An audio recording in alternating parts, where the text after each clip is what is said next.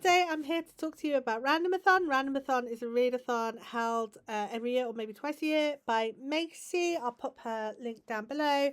And every time it has a different theme, which is hence the random. So this iteration, the theme was time. And I have not finished, apart from textbook or set texts for my degree, I haven't finished a physical book since November, so I am not holding books up, but I will hopefully put the names down below. And there were 5 prompts, all related to time.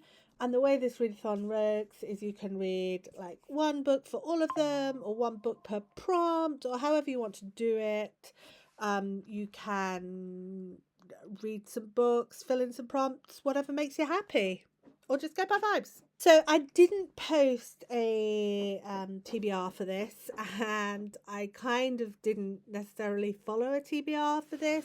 I just saw what I could pick up at the time and what I was feeling, and I went with that. Obviously, with time, you could very well be going into sci-fi and time travel and stuff, and I did a bit, but not entirely. And I read 6 books for the 5 prompts. So almost all of the books only fit one prompt. So I'm going to start at the beginning, tell you the prompt, and then work my way through and see how it goes. So the first prompt, and I'll pop a list down below. The first prompt was a time travel book, and I read Glitch by Laura Martin. This is a middle grade book about people who go into the past to stop these mysterious bad guys, and they're called Mayhem, from changing the past to make the future worse. And the thing that I noticed about this is it's very much in the tradition of surely this present we have is the best possible existing future. And if we go back, we can only make things worse. And I kind of really hope that our future is better than our present, and that there are ways to improve things in our lives. And I feel like it's a very uncomfortable way of looking at things. But this is an adventure romp between 2 people who don't like each other very much at the beginning of the book, but slowly manage to work together, and time travel shenanigans. There's also a situation where in this world, if you have the gene for time travel, everyone is tested and they are taken away from their families right at birth. And there's not a lot of exploration of that. Like, nobody seems to think this is a bad thing in universe, even though our protagonist is her mum works for this agency, and so she actually or our deuteragonist, I suppose, she actually hasn't ever been taken away from her family, and she just feels jealous of the ones who have. And it's really very uncritical, even for a middle grade book. So I liked it. It was exciting, but there wasn't a lot of thought into it. I also read for time travel a book called Time After Time by Mikki Daughtry. And this book is about a couple who meet up. So one of them has an absolute love of this house, and she doesn't know why she's drawn to this particular house, but when it comes for sale, she uses her college fund to buy this house. And the other is she's kind of very hard life, very hard background, and she also loves this house, and nobody knows why. And when they move into this house, they discover notebooks from somebody in the past who has who lived in that house at a time when it was really difficult to have same-sex relationships, and she and the maid had fallen in love, and there are reasons why it's not quite as much of a power dynamic as it sounds, but they say they're going to find each other in every timeline. And the reason I say it's a bit time travel-y is because the dual timeline-ish nature, it's not exactly dual timeline-ish, but there's a little bit of crossover between the two, and there's a little bit of coming back from this time to this time to this time, and memory of past. But it was a really sweet sort of healing the past lesbian romance. So that was also my book for the second prompt was Time in the title, and the only book I read for that was Time After Time by Mikki Daughtry. Um, okay, the third prompt was Clock on the Cover, and this one I didn't manage to find anything like sci-fi or time travel-ish or something. I probably was looking in all the wrong places. But I read The Worst Years of My Life, Middle School, The Worst Years of My Life by James Patterson, and it was kind of like, it was like Diary of a Wimpy Kid, that kind of book. It was someone who's um, not got a great life. He's not a great student. He's not having a great time with school, and he decides what can he do to make it more exciting. And it was all right. It was fine. The fourth prompt was Stuck in a Time Loop, where you go over and over and over. And I read The Man Who Died 7 Times by Yasuhiko Nishizawa.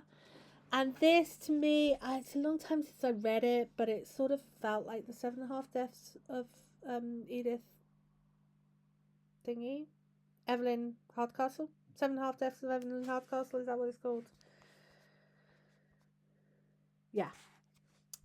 So it kind of reminds me of the 7.5 Deaths of Evelyn Hardcastle, just because they're going back through. But actually, the more I read it, the less it felt similar. And this is someone who is stuck going over time loops again and again and again. And he normally, everyone else's part plays exactly the same time. But on this occasion, his grandfather does not die on the first iteration of a loop. And when he goes back into it, his grandfather dies. And he's like, what did I do wrong? What caused that to happen? And he spends the rest of the time going back over his loops, trying to sort out his dysfunctional family and make sure that his grandfather doesn't die. And it was very snowbally. Like at the beginning, I was like, yeah, it's a bit slow, a bit dry. But the more it carried on, the more I loved this book. Yeah, so I did enjoy it in the end. Not, I wouldn't say loved, but I did like it. I did think it was worth reading. So the fifth prompt was alternate timeline, and for this I have, hang on, All This and More by Peng Shepherd, and I did not like this book. It had a nice, interesting premise. It's about a game show where you can go back in the past to try to change your life to see how different decisions would lead you into different places.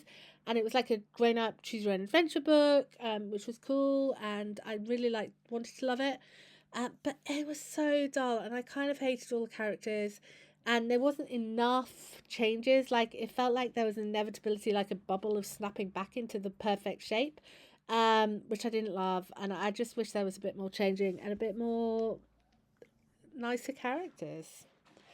And the last book I read, which actually on review doesn't really fit any of the prompts, but I want to add it in anyway because it does have shenanigans. It's got dual timelines, which I thought might fit in alternate timelines, but I'm not sure it does.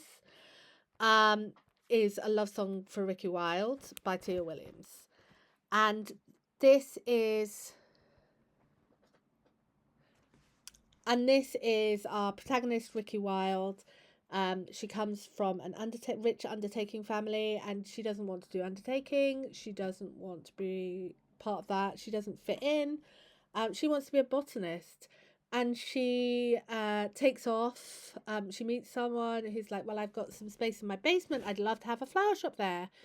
And this person's been felt really drawn to her for reasons that are kind of semi-mystic. I don't know. So she ends up falling on her feet really and starting this flower shop in the basement of her new friend or new surrogate grandmother's house. And there's this mysterious and very handsome stranger who she kind of keeps bumping into and she doesn't know why. And this guy is like, I kind of feel drawn to you and I don't really know why. But there's also a dual timeline of someone, a jazz musician from the 20s. And it turns out that the jazz musician from the 20s is clearly like some relation to the handsome guy in the present. And it feels like it's going to be the same guy.